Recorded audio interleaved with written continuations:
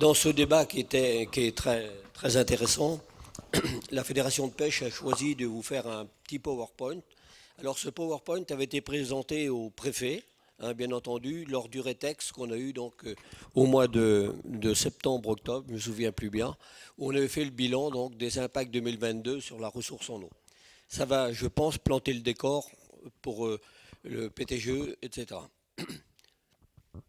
Donc vous avez ici la carte du département de la Vienne donc, au 15 août, au 15 août de 2022. Vous pouvez voir que nous avions à peu près, parce qu'il faut que je sois très bref, m'a-t-on dit, 49%, 49% de nos cours d'eau qui étaient soit en ASEC, soit en ASEC très très défavorable, c'est-à-dire que la vie aquatique était supprimée, complètement supprimée. Hein, ça représente sur donc 1636 km sur 4300 et quelques que l'on gère en cours d'eau. Ça veut donc dire que le sinistre était plus que consommé. Donc vous avez, pour vous présenter un petit peu, on essayait déjà en 2019, on avait fait cette même cartographie, ce même bilan récapitulatif de fin d'année. Et en 2019, donc vous voyez, c'est la carte de gauche, hein, vous voyez qu'on avait quand même une grande, très très grande souffrance de nos cours d'eau, dans la mesure où il ne restait plus que 17, 20% pratiquement de rivières complètement à sec, alors qu'en 2022, vous voyez que 2019, c'était déjà une année catastrophique, mais 2022 était pire que catastrophique, puisqu'on avait, je vous le disais tout à l'heure, 49% de nos cours d'eau hein, qui étaient complètement asséchés, où toute vie était complètement impossible. Alors quand je parle de vie, bien entendu, nous, en tant que pêcheurs, il y a les poissons, mais lorsque les poissons ne vivent plus, toute la vie à côté, amphibiens, etc., a complètement disparu aussi, bien entendu.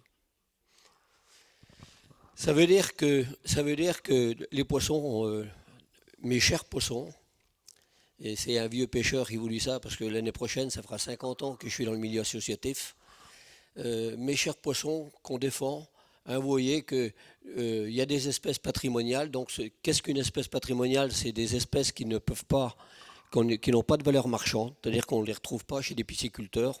Ça veut dire que c'est un ensemencement naturel des milieux. Et on voit donc qu'on a eu 88% de nos espèces patrimoniales qui ont disparu, au moins au cours de ces deux saisons 2019-2022. C'est absolument énorme. Alors, en espèces patrimoniales, on a bien sûr l'écrevisse à pied blanc, que même si elle est complètement protégée au niveau de la pêche, on essaie de la protéger, etc.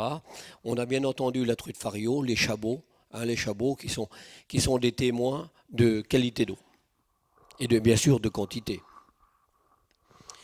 Alors, quels sont les faits marquants qu'il y a eu sur le bassin versant du Clin? Un débit donc, qui atteint 1,34 mètres cubes seconde, alors que le débit de coupure de crise est de 2 mètres cubes seconde au pont Neuf à Poitiers. Des assecs complètement exceptionnels de la rivière Palus. Hein. J'ai dû faire passer tout à l'heure une photo où on voyait la Palus, hein, qui aujourd'hui, aujourd'hui, à l'heure où je vous parle, la Palus, malgré 50 cm d'eau, ne coule pas encore au pont de Blalais.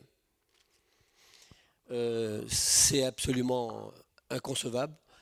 La Palus, l'Ausance, la Vendelogne, la Boive, la Vaune, etc. Donc toutes ces rivières qui sont complètement emblématiques pour nous et qui font partie intégrante du bassin du Clin ont subi des assecs énormes. On a eu aussi cette chance, vous voyez, au 28 juin, d'avoir un coup d'orage. Un coup d'orage, et vous voyez la qualité de l'eau, c'est-à-dire que l'orage a ramassé toutes les saloperies qu'il pouvait trouver sur le machin. C'est tout descendu dans la rivière et ça fait monter le débit du Clin à plus de 2 mètres cubes seconde. Et compte tenu que la fameuse réglementation dit au bout de 2 mètres cubes seconde, on peut rouvrir l'irrigation, l'irrigation est redémarrée plein pot, sans aucune restriction, pendant une semaine. Ça veut dire que le peu de poissons qu'il y avait, d'une part, il a été asphyxié par la turbidité de l'eau et toute la cochonnerie qui est descendue dans la rivière, Mais là, on a complètement mis à sec, parce que cette eau sale est partie vers la mer, mais ça n'a pas rempli d'un pouillem les fameuses nappes phréatiques dont Laurent disait tout à l'heure qu'elles n'ont absolument pas décollé. Regardez la Vaune, euh, un filet d'eau donc à Sensé, hein, c'est absolument, on a vu, moi j'ai vu, c'est une vraie détresse. On a vu des mortalités de poissons, des choses comme ça, impensables. J'essaie d'aller vite. Le Saint-Germier, alors cette photo est intéressante parce qu'on a beaucoup parlé des travaux qui ont été financés à la fois par les collectivités, dont les agences de l'eau. Et vous voyez où passe l'argent public, ben vous comptez les cailloux, mais il n'y a plus de poissons. Donc ça veut dire, et là c'est un cri d'alarme, ça veut dire que des sommes astronomiques d'argent public sont dépensées pour restaurer les milieux, mais s'il n'y a pas d'eau, ça ne sert à rien. C'est de l'argent qui part à la poubelle. Et je pense qu'en France, on a un petit peu besoin d'argent encore. Excusez mon coup de gueule, mais quand on est passionné. Alors là, c'est intéressant parce que le moulin du temps, vous voyez, vous voyez ce beau brochet là, c'est le moulin du temps et c'est là que sort la source de Fleury. La source de Fleury qui alimente Poitiers, entre autres, hein, pour partie.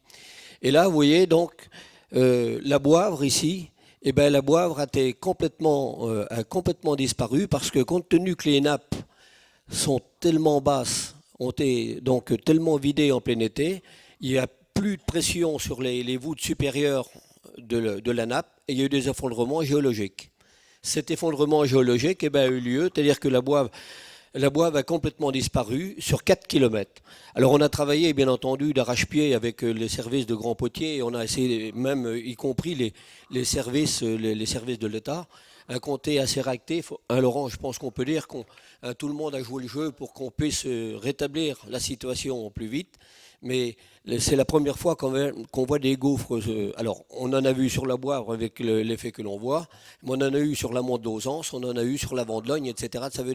Ça veut donc dire que aujourd'hui, au niveau géologique, on peut avoir les pires craintes. Donc, vous voyez, Lausance, 40 litres seconde. Alors, aujourd'hui, justement, dans le PTGE et dans les études de hydrologie, milieu, usage, climat qu'on est en train qui, qui vont aboutir, j'espère,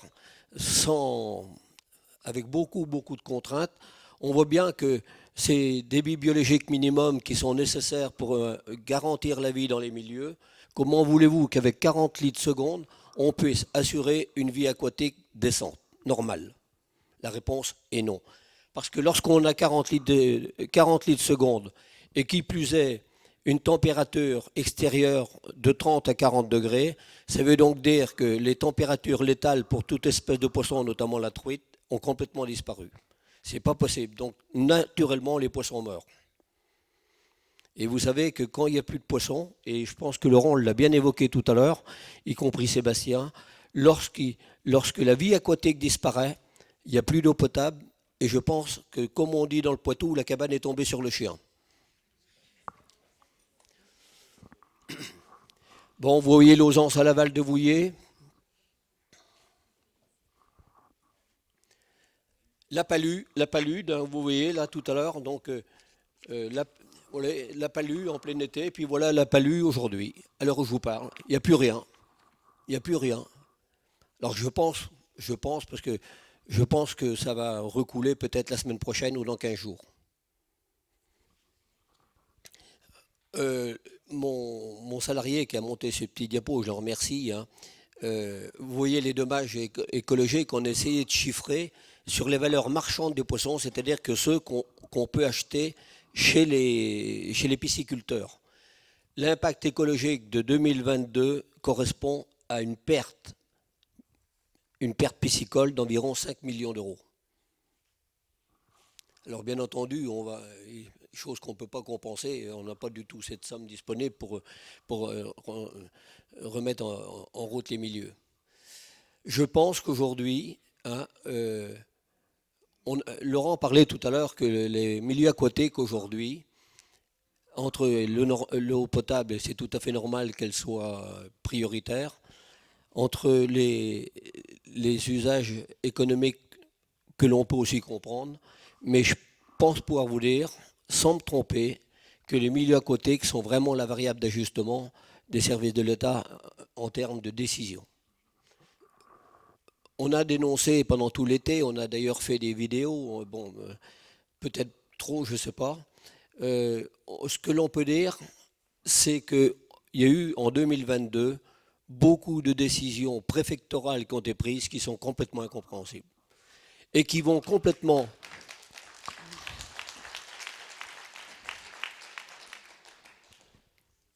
et qui sont complètement en dehors du cadre réglementaire, notamment en crise 2. Alors, on parle du Clin aujourd'hui, mais je vous cache pas le scandale avec un S majuscule qu'il y a eu, par exemple, sur la Dive du Nord, le bassin de la Dive du Nord, hein, où on était en crise 2 à Montreuil-Bellay. Ça veut dire que tous les prélèvements, quels qu'ils soient, en nappe ou en rivière, auraient été interdits.